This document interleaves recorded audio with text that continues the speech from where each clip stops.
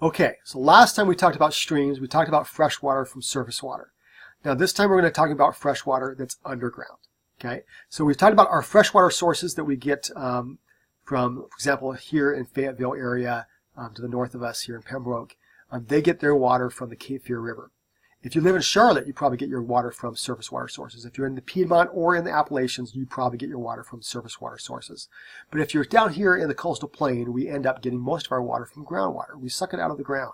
It's much cleaner and purer than the water on the surface. So therefore, most people tend to get it from there instead. Okay. Plus, it's readily available. Up in the Piedmont, the only places where you really have good aquifers or good groundwater is in the river valleys. Up there on the ridges or up anywhere where we have hard rock, the water can't flow through that very well, and it doesn't accumulate. And therefore, we don't get good groundwater sources in those regions. That's the reason why we use surface water in those regions and groundwater to the south, okay, in the coastal plain. So what is groundwater? Well, groundwater is any water that fills a subsurface. So some people think of groundwater as these moving rivers underground. Don't do that.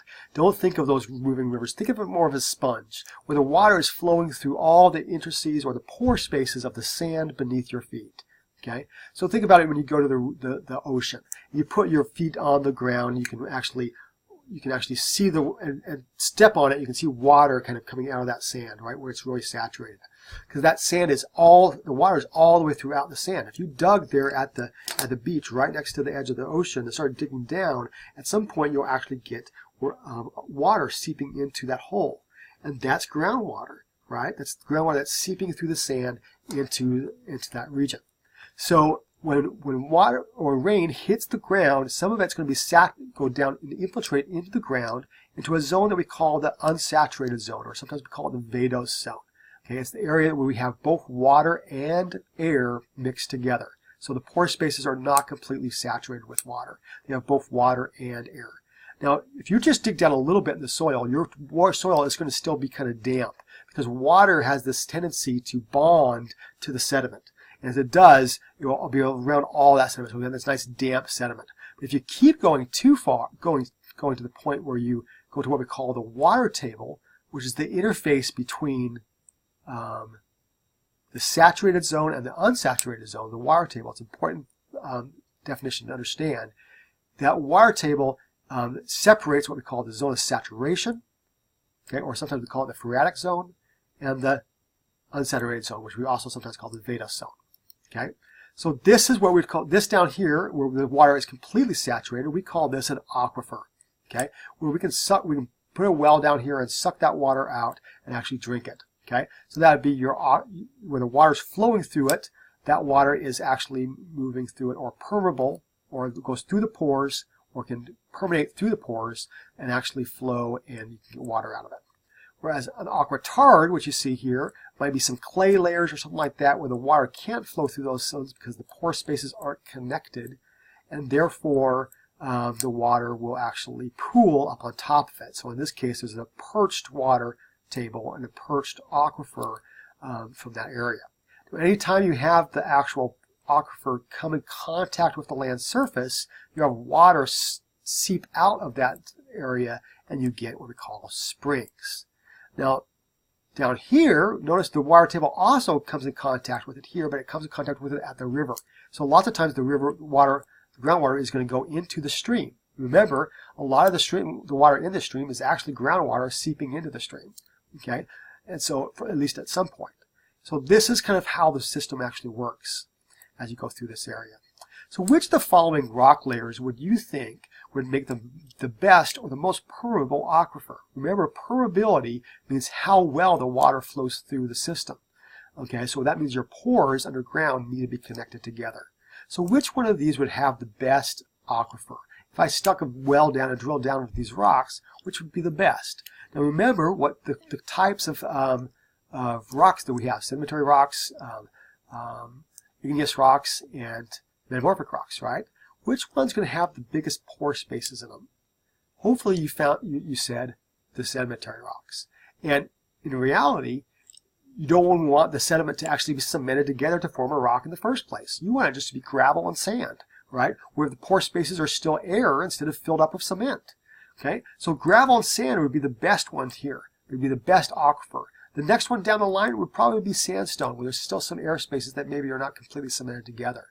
Maybe after that, granite with some cracks in it. If you get those cracks, the water can flow through those cracks. Whereas gneiss, if it has no cracks especially, it's not going to have any water flowing through it at all. Okay, so that's some examples of different aquifer systems. And there's two different types of aquifer systems. Ones that don't have pressure, that are not pressurized, and those that are pressurized. If it's at the surface, let me go back here where there's no impeding layer on the top, the water pressure here at the water table is equal to the atmospheric pressure. Okay, and so the water, if I suck water out, it's just going to start sucking out the water from the area around those areas, form what we call a cone of depression, and we'll talk more about that in a minute. Okay, but the top layer is not impeded at all. So if you have water coming down, the water level will go up. If you have suck out water, it's going to go down, right? However, if you have places where water is bounded by another aquitard, an area where the water doesn't like to flow, like say here, where you have a clay layer at the top and a clay layer at the bottom, but in the middle you have this sand layer. Okay, well, up here in the recharge area, the water can go into that sand, flow into that sand quite nicely. As it goes down into the ground, it's now impeded where it can't go upwards. So this water starts to become pressurized. So as it becomes pressurized, if I drilled a well down into that water, because it's underneath pressure, the water will now go up the well, like a flowing well, as it comes out of the bottom. We call that an Artesian system. Our wells around here in our neck of the woods, if I drill a well out here on campus, which we have, we drill wells out there, and the water will go up the pipe. And it won't go all the way to the surface, not all the way to the surface, it won't flow, but it goes up the pipe. So it's still artesian, it's just not a flowing artesian. Now, some of our wells around here will actually flow at different times of the year. So for example, just down the street from campus here, there's a place called, there's where the Lumber River and the main street actually connect. There's a couple wells right there by the side of the river where there's a boat ramp. And down there, that well at different times of the year is actually flowing. Water actually flows out of it naturally because the system down below is all pressurized and the water comes out of that well at the top of the well.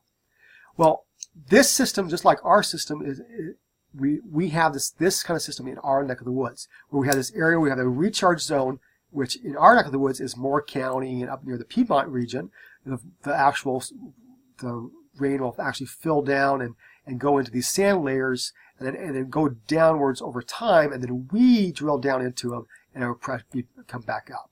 Okay, so let's remind ourselves of something about as sea level went up and down. If you remember, as sea level goes up and down, the base level will change, and therefore sediment will deposit in some areas and sometimes erode it away, right?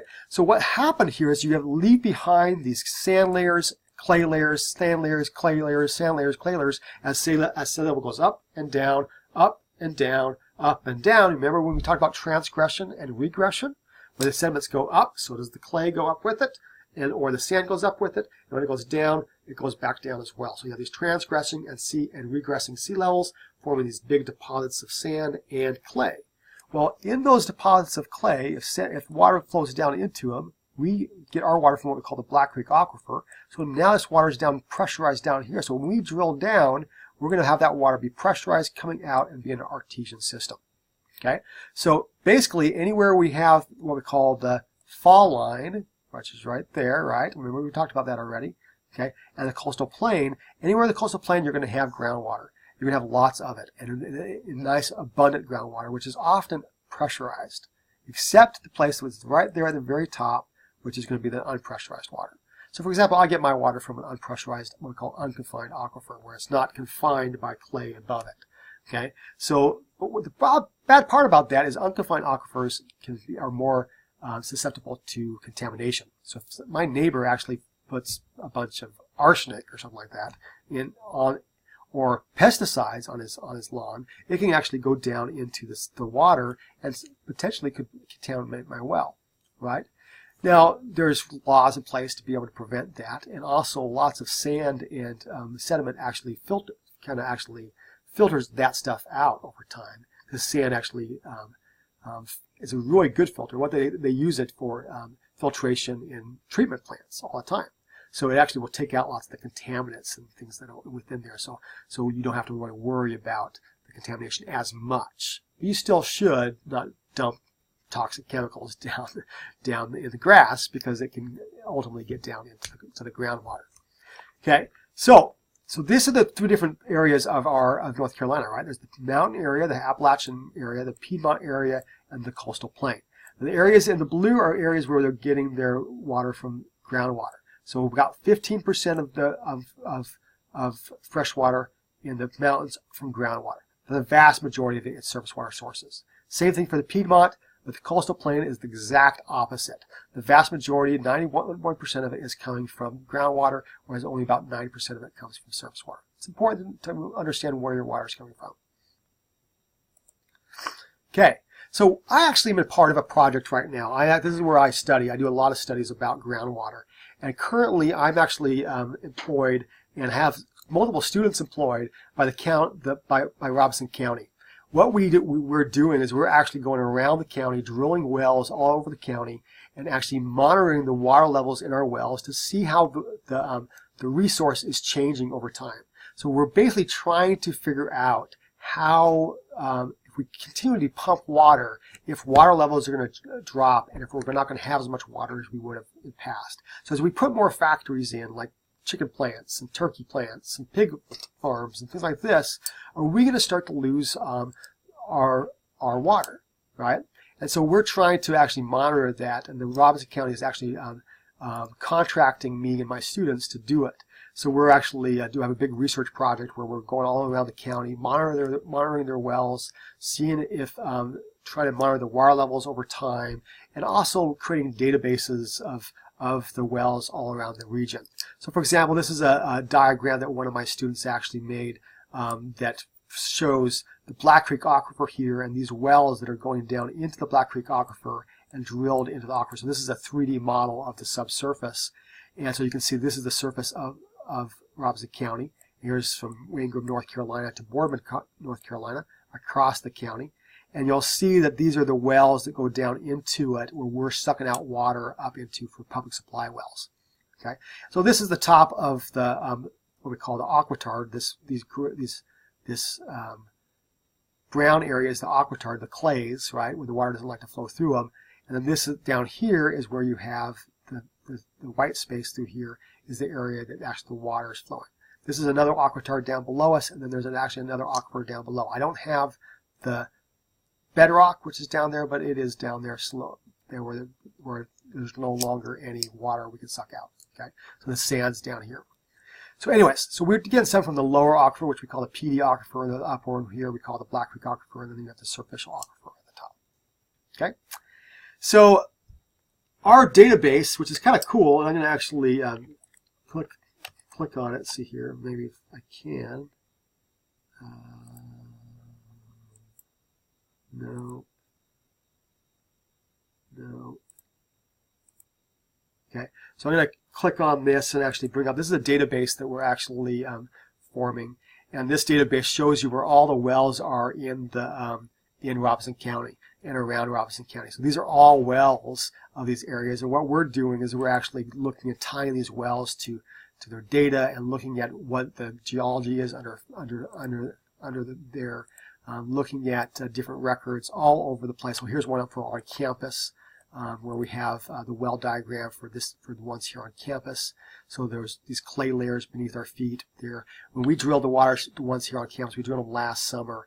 We've got shark teeth coming up and a lot of this stuff. Now remember, if we get shark teeth, that means that we've had water here at one point, which is true. This used to all be underwater at some point.